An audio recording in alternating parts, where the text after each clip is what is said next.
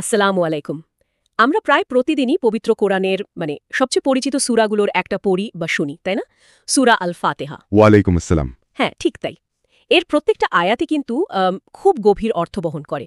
আজকে আমরা বিশেষভাবে এর ৬ নম্বর আয়াতটা নিয়ে একটু কথা বলবো। আচ্ছা, আমাদের হাতে এই আয়াতটা নিয়ে কিছু বিশ্লেষণধর্মী সূত্র এসেছে, যা হয়তো এর বিভিন্ন দিক বুঝতে, এর গভীরতাটা বুঝতে সাহায্য করবে। খুবই ভালো উদ্যোগ। আমাদের আজকের লক্ষ্য সেটাই। এই ছোট্ট কিন্তু খুবই শক্তিশালী আয়াতটার গভীরে একটু প্রবেশ করা। হ্যাঁ, সূত্রগুলো সাহায্য নিয়ে আমরা এর আরবি উচ্চারণটা তো শুনবই, এর সরল বাংলা অর্থ, আর বিশেষ করে তাফসিরের দৃষ্টিকোণ থেকে এর যে ব্যাখ্যা বা শিক্ষা, সেগুলো একটু সহজভাবে বোঝার চেষ্টা করব। শুধু অর্থটা জানা নয়, এর ভেতরের ব্যাপারটা অনুভব করা। আর সত্যি বলতে জীবনের প্রতিটা পদক্ষেপে ঠিক রাস্তাটা খুঁজে পাওয়ার ইচ্ছেটা, এই আকুতিটা কার না থাকে বলুন। একদম। এই আয়াতটা যেন সেই প্রার্থনারই একটা প্রতিধ্বনি। সূত্রগুলো দেখতে গিয়ে মনে হচ্ছিল এর ব্যাখ্যায় এমন কিছু দিক আছে যা আমরা হয়তো সচরাচর ভাবি না। তো চলুন শুরু করি। অবশ্যই, শুরু করা যাক। তাহলে প্রথমেই আয়াতটা শোনা যাক। খুব পরিচিত, কিন্তু এর আবেদনটা সবসময় কেমন যেন নতুন লাগে। আয়াতটি হল ইহদিনা সিরাতাল মুস্তাকিম। ইহদিনা সিরাতাল মুস্তাকিম। খুবই সংক্ষিপ্ত, কিন্তু এর ভাবটা কি গভীর। এর সহজ বাংলা অনুবাদ তো আমরা প্রায় সবাই জানি, আমাদেরকে সরল পথ দেখাও। হ্যাঁ, কিন্তু এই সরল পথ সিরাত আল মুস্তাকিম, এটা আসলে কি? আমাদের হাতে সূত্রগুলো কিন্তু এর বেশ কয়েকটা স্তরের কথা বলে। ঠিক এখানেই আমার একটা প্রশ্ন ছিল। যখন সূত্রগুলো দেখছিলাম, সরল পথ শুনলেই তো মনে হয় একটা স্ট্রেট রোড, তাই না? হ্যাঁ, সাধারণ ধারণাটা ওরকমই। কিন্তু তাফসিরগুলো, আমাদের সূত্র যেগুলোর কথা বলছে, সেখানে কি ব্যাপারটা এতই সিম্পল, নাকি এর চেয়েও গভীর কিছু? ঠিক এই পয়েন্টটাই ধরেছেন, আর সূত্রগুলো এখানে জোর দিয়েছে। দেখুন, সিরাতুল মুস্তাকিম শুধু আক্ষরিক অর্থে একটা সরল বা সোজা পথ নয়। আচ্ছা, তাফসির অনুযায়ী এটা হলো সেই একেবারে সুষম, ভারসাম্যপূর্ণ একমাত্র সত্য পথ, যেটা সোজাসুজি আল্লাহর সন্তুষ্টির দিকে নিয়ে যায়।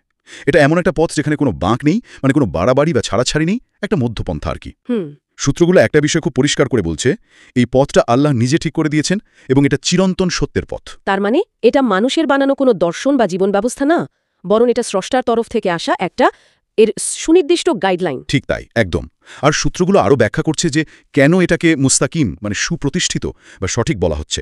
কারণ এটা ফিতরাত, মানুষের যে স্বভাবজাত প্রকৃতি, তার সাথে একদম মিলে যায়। আচ্ছা, ফিতরাতের সাথে মিলে যায়। হ্যাঁ, এটা এমন এক জীবন বিধান যা আত্মিক শান্তি আর জাগতিক সাফল্য দুটোই দিতে পারে, যদি ঠিকঠাক মতো অনুসরণ করা যায় আর কি।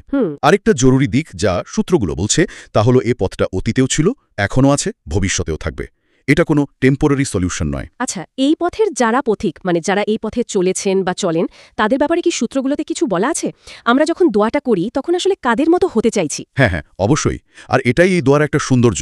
আমরা যখন বলি আমাদেরকে সরল পথ দেখাও, এর পরের আয়াতেই কিন্তু আমরা বলি, যদিও সেটা আজকের আলোচনার সরাসরি অংশ নয়, তবুও প্রাসঙ্গিক, যে তাদের পথ যাদের প্রতি তুমি অনুগ্রহ করেছ। হ্যাঁ, ঠিক। কোরআন আর হাদিসের আলোকে তাফসিরকারগণ এবং আমাদের সূত্রগুলোও একমত যে এই অনুগ্রহ পাওয়া ব্যক্তিরা হলেন মূলত ৪ শ্রেণীর মানুষ। ৪ শ্রেণী? আচ্ছা, কারা তারা? হ্যাঁ, প্রথমত নবীগণ বা আম্বিয়া, যারা আল্লাহর কাছ থেকে সরাসরি ওহী পেয়েছেন, মানুষকে পথ দেখিয়েছেন। দ্বিতীয়ত সিদ্দিকগণ, সত্যনিষ্ঠগণ, যারা ছিলেন সত্যের প্রতি চূড়ান্ত অনুগত, কখনও সত্য থেকে এর সরেননি, তাদের বিশ্বাস ছিল পাহাড়ের মতো শক্ত। তৃতীয়ত শহীদগণ বা শাহাদা, যারা আল্লাহর পথে নিজেদের জীবন উৎসর্গ করেছেন, সত্যের সাক্ষী হিসেবে দাঁড়িয়েছেন। আর চতুর্থত সালেহীন বা সৎকর্মপরায়ণগণ, যারা আল্লাহর হুকুম মতো চলেছেন, ভালো কাজ করেছেন, মন্দ থেকে দূরে থেকেছেন। তার এই দোয়াটা করার সময় আমরা শুধু একটা পথের দিশা চাইছি না, বরং আমরা চাইছি ইতিহাসের ওই সেরা মানুষগুলোর পথে চলার জন্য আল্লাহর সাহায্য। এটা তো বিশাল একটা ব্যাপার। নিঃসন্দেহে। কিন্তু এখানে একটা প্রশ্ন আসে, যেটা সূত্রগুলো পড়ার সময় মনে হচ্ছিল। আল্লাহ তো রহমানুর রাহিম, পরম করুণাময়। তিনি তো জানি আমরা ঠিক পথে চলি। তাহলে প্রতিদিন প্রতি নামাজে এতবার করে এই পথটা চাওয়ার দরকারটা কি? এর গুরুত্বটা কোথায়? এটা খুবই খুবই মৌলিক একটা প্রশ্ন, আর এর উত্তরটা আমাদের ঈমান আর আল্লাহর প্রতি আমাদের যে নির্ভরতা, সেটার গভীরতা বোঝায়। প্রথমত দেখুন, এই প্রার্থনাটা আমাদের দিক থেকে একটা স্বীকারোক্তি। স্বীকারোক্তি কিসের? আমরা স্বীকার করছি যে, হে আল্লাহ, আমরা নিজেদের জ্ঞান বুদ্ধি দিয়ে এই চূড়ান্ত সত্য বা সঠিক পথটা নিজে নিজে খুঁজে বের করতে পারবো না। আমরা অক্ষম। আমাদের বিচার ক্ষমতা কম, আমরা আবেগ বা প্রবৃত্তির দ্বারা ভুল পথে চলে যেতে পারি, শয়তানের ওয়াসওয়াসা তো আছেই। তাই একমাত্র তোমার সাহায্যই আমরা ঠিক পথটা পেতে পারি, আর সেই পথে চলতেও পারি। সূত্রগুলো এই দিকটা খুব জোর দেয়। এটা মানুষের জ্ঞান বা শক্তির যে সীমাবদ্ধতা, তারই স্বীকারোক্তি। অর্থাৎ এটা একভাবে আমাদের যে অহংকার বা আত্মভরসা, সেটাকে ত্যাগ করতে শেখায়। অবশ্যই, একদম তাই। দ্বিতীয়ত, ইহদিনা শব্দটার অর্থ শুধু পথ দেখিয়ে দাও নয়, আরবিতে হেদায়াত শব্দটার মানে আরও অনেক ব্যাপক। তাই নাকি? হ্যাঁ, আমাদের সূত্রগুলো এর কয়েকটা গুরুত্বপূর্ণ অর্থ তুলে ধরেছে। যেমন ধরুন, ১, পথের জ্ঞান দেওয়া, ইনফরমেশন, মানে কোনটা ঠিক পথ সেটা জানিয়ে দেওয়া। আচ্ছা। 2 সেই পথে চলার তৌফিক বা ক্ষমতা দেওয়া, এনেবলমেন্ট, মানে জানার পরে সেই অনুযায়ী কাজ করার শক্তি আর ইচ্ছে দেওয়া। 3 সেই পথে একদম ফর্মে থাকা, মানে অবিচল থাকার ক্ষমতা দেওয়া, একবার পথ পাওয়ার পর যেন আমরা সরে না যাই সেই প্রার্থনা। আর 4 নম্বর হলো পথের শেষ পর্যন্ত পৌঁছানোর সৌভাগ্য দেওয়া, মানে মৃত্যু পর্যন্ত যেন এই সরল পথেই থাকতে পারি। বাহ, তার মানে যখন আমরা বলছি ইহদিনাস সিরাতাল মুস্তাকিম, আমরা আসলেই এই সবগুলো জিনিসই চাইছি আল্লাহর কাছে। এটা তো একটা কন্টিনিউয়াস প্রসেস তাহলে। এক্স্যাক্টলি, এটা শুধু পথের শুরুটা জানা নয়, পুরো যাত্রাটার জন্যই সাহায্য চাওয়া। এটা আল্লাহর কাছে সার্বক্ষণিক সাহায্যের একটা আবেদন। তৃতীয় একটা কারণ হলো আমাদের চারপাশের অবস্থা তো সবসময় বদলাচ্ছে, তাই না? নতুন নতুন চ্যালেঞ্জ আসছে, নতুন প্রলোভন। তাই প্রতিদিন নতুন করে এই হেদায়েত চাওয়াটা দরকার, যেন আমরা এই বদলানো পরিস্থিতিতেও ঠিক সিদ্ধান্তটা নিতে পারি, সরল পথ থেকে সরে না যাই। এটা অনেকটা ধরুন গাড়ির স্টিয়ারিং ধরে রাখার মতো। রাস্তা সোজা হলেও চালককে কিন্তু সবসময় সজাগ থাকতে হয়, একটু এদিক ওদিক করে স্টিয়ারিং ঘুরিয়ে গাড়িটাকে লাইনে রাখতে হয়। খুব সুন্দর উপমা। তার মানে এই আয়াতটা আমাদের শেখাচ্ছে যে আল্লাহর সাহায্য ছাড়া এক মুহূর্ত আমাদের উপায় নেই। আচ্ছা, এই আয়াত থেকে আমাদের প্রতিদিনের জীবনে কাজে লাগানোর মতো আর কি কি শিক্ষা আমরা পেতে পারি? সূত্রগুলো নিশ্চয়ই এই প্রায়োগিক দিকগুলো নিয়েও কিছু বলেছে। অবশ্যই বলেছে। সূত্রগুলো বেশ কয়েকটা প্র্যাকটিক্যাল শিক্ষার দিকে ইশারা করে। প্রথম আর সবচেয়ে জরুরি শিক্ষা হলো জীবনের প্রত্যেকটা সিদ্ধান্তে, সেটা যত ছোট বা বড়ই মনে হোক না কেন, আল্লাহর কাছে হেদায়েত বা সঠিক পথের দিশা চাওয়া। প্রত্যেকটা সিদ্ধান্তে? হ্যাঁ, আমরা হয়তো ভাবি ছোটখাটো ব্যাপারে আবার আল্লাহর সাহায্য চাওয়ার কি আছে, কিন্তু এই আয়াত শেখায় জীবনের সব পদক্ষেপই গুরুত্বপূর্ণ, আর সবখানেই ভুল করার ঝুঁকি থাকে। তাই সবকিছুতেই আল্লাহর সাহায্য চাওয়া উচিত, সেটা পড়াশোনার বিষয় বাছাইতে হোক, বা কেরিয়ারের সিদ্ধান্ত, বা ধরুন পারিবারিক সমস্যা, এমনকি ছোটখাটো নৈতিক দ্বিধাতেও। এটা কিন্তু একটা দারুণ বিষয়। আমরা অনেক সময় নিজের বুদ্ধি বা অভিজ্ঞতার উপর এত বেশি ভরসা করে ফেলি যে আল্লাহর কাছে চাইতেই ভুলে যাই। ঠিক বলেছেন। আর দ্বিতীয় শিক্ষাটা এটার সাথেই জড়িত, নিজের অক্ষমতা আর আল্লাহর ক্ষমতার উপর বিশ্বাস রাখা।